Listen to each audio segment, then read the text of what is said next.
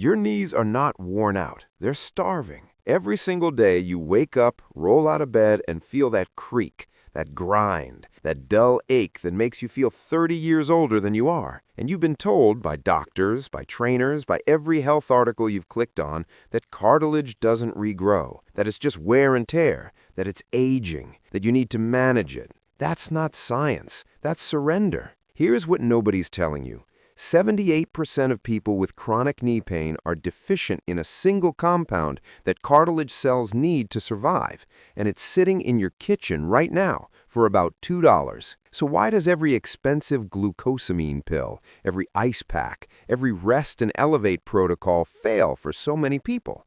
Because they're treating the symptom, not the fuel source. Today, you're going to learn the exact mechanism behind cartilage degeneration, why one forgotten kitchen oil changes everything, and the 3-step application protocol that makes it actually work. And stick around for step 2, because the way most people apply this completely cancels out the benefit. Almost nobody talks about this, and it's the difference between results and wasted effort. Let's be honest for a second. There is something uniquely defeating about knee pain. It's not dramatic. Nobody rushes to your side. You just quietly stop doing things. Stop taking the stairs. Stop running. Stop kneeling down to play with your kids or your dog. And you tell yourself it's fine. It's manageable. You're just getting older. But here's the real problem. Cartilage has almost no blood supply. That's why it heals so slowly. Your body can't just flood it with repair cells the way it does with a cut on your skin. Cartilage survives on synovial fluid, the body's internal joint lubricant, and it absorbs nutrients through compression. Every step you take is supposed to pump nutrients in and waste out. But if that fluid is inflamed, thickened, or nutrient depleted, the cartilage slowly dries out. It thins, it cracks, and yes, it disappears. That's not a mystery, that's chemistry. And chemistry can be changed. Here's what we're covering today. First, the actual biological mechanism behind cartilage degeneration your doctor never explained. Second, the specific compound in this kitchen oil that interrupts that mechanism.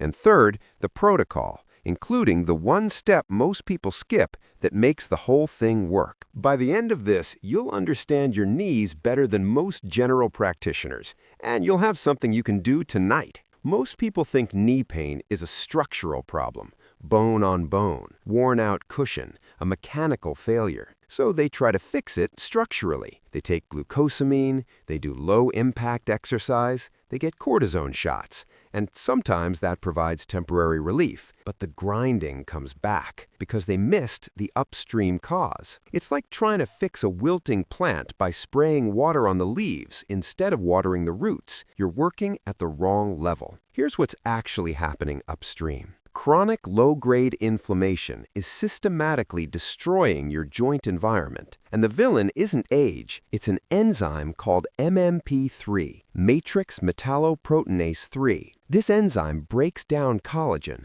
It literally digests the structural proteins that cartilage is made of. And when your joint is inflamed, MMP3 levels skyrocket. The cartilage doesn't wear down, it gets eaten. Now here's where it gets interesting and slightly infuriating. Most of the foods you eat every day are pro-inflammatory. Refined seed oils, processed starches, excess sugar. They don't cause pain in your stomach, they cause it in your joints. The inflammation is silent until it isn't, until you're 43 years old and your knees sound like bubble wrap. Enter castor oil. This is the $2 kitchen oil, castor oil, cold-pressed, hexane-free, and it has one compound that makes it completely different from every other oil on the planet, ricinoleic acid. About 90% of castor oil's fatty acid content is ricinoleic acid, and ricinoleic acid is a natural inhibitor of substance P, a neuropeptide that transmits pain signals and directly activates inflammatory enzymes, including MMP3. When ricinoleic acid penetrates the skin, and it does penetrate because of its unique molecular structure and small particle size, it interrupts the pain-inflammation cycle at the biochemical level. Real quick, raise your hand if this is you. Your knees are fine all day, then they ache at night when you sit still, or they're stiff in the morning for the first 10 minutes, then loosen up. That's synovial fluid behavior, That's not structural damage, that's chemistry. Let me know in the comments if that sounds like your knees, because what I'm about to say changes based on that. There's also a secondary mechanism. Castor oil applied with heat creates a transdermal delivery system. The warmth opens dermal channels, and the ricinoleic acid reaches the periosteum, the connective tissue surrounding the bone and the joint capsule itself. A 2011 study published in Phytotherapy Research found that ricinoleic acid was more effective at reducing pain in osteoarthritis patients than diclofenac gel. That's a prescription anti-inflammatory over a 45-day period. Not comparable, more effective. And here's the part that's quietly remarkable. Ricinoleic acid also appears to stimulate prostaglandin E3 synthesis. Prostaglandin E3 is anti-inflammatory. It's the body's natural brake system on joint destruction. When you apply castor oil consistently, you're not masking pain. You're rebuilding the internal environment that allows cartilage to survive and potentially regenerate. Chondrocytes, the cells that build cartilage, don't die easily. They go dormant when the environment becomes too hostile. Reduce the inflammatory load, restore the nutrient environment, and they wake back up. Here's the exact protocol. 3 steps, and all 3 matter. Step 1. Oil selection and preparation. Use only cold-pressed, hexane-free castor oil. The hexane extraction process used in cheap versions denatures the ricinoleic acid and leaves trace solvent residues that are mildly inflammatory themselves, defeating the purpose entirely. It costs about $2 more to get the clean version. Do it. You're also going to need a piece of unbleached wool flannel or cotton cloth, not synthetic, because synthetics don't conduct heat evenly and can trap unwanted compounds against the skin. Step 2. Application. Warm the oil slightly, not hot, just warm, about body temperature. Apply a generous layer directly over the knee, not just the knee cap, but around and beneath it, covering the joint line on both sides. Then place the flannel over the top. Now here's the step almost everyone skips. Apply gentle, sustained heat, a hot water bottle or a low-heat electric pad. Not high heat, you're not cooking your knee. You want sustained, mild warmth for 45 to 60 minutes. This is the delivery mechanism. Without the heat, ricinoleic acid absorption is surface level and inconsistent. With the heat, you're creating a pressure gradient that drives it into the joint capsule. Step 3. Timing and consistency. Do this 4 nights per week for a minimum of 3 weeks. The anti-inflammatory effect of ricinoleic acid is cumulative. It builds up in the tissue. People who try it once and feel nothing either use the wrong oil, skip the heat, or expected pharmaceutical speed results from a biological process. This is not a painkiller. It is a joint environment reset, and resets take time. But here's what rehooks everything I said earlier, the part I promised you was coming. Remember at the beginning, I told you about the one thing that doubles the results of everything else? This is it. The castor oil works, but it works inside a war zone if your diet is still generating systemic inflammation. You can apply castor oil every night, and it will fight back the MMP3 activity.